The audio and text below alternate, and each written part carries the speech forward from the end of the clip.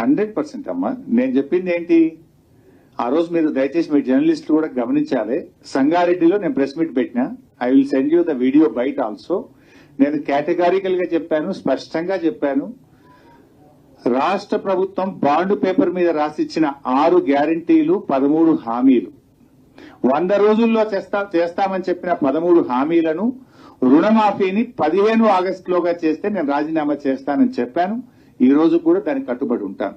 నేను ఆ రోజు ఇంకా స్పష్టంగా చెప్పాను, అవ్వా తాతలకు 4000 పెన్షన్ వస్తే నాకు ఆనందం తప్ప నేను ఒక్కరిని ఎమ్మెల్యే పదవిలో ఉండడం నాకు ఆనందం కాదు.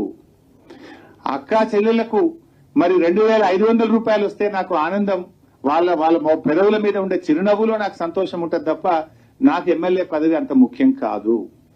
ఇవాళ ప్రతి పేదవాడికి ఇల్లు ఇస్తామన్నారు 5 లక్షల రూపాయలతో.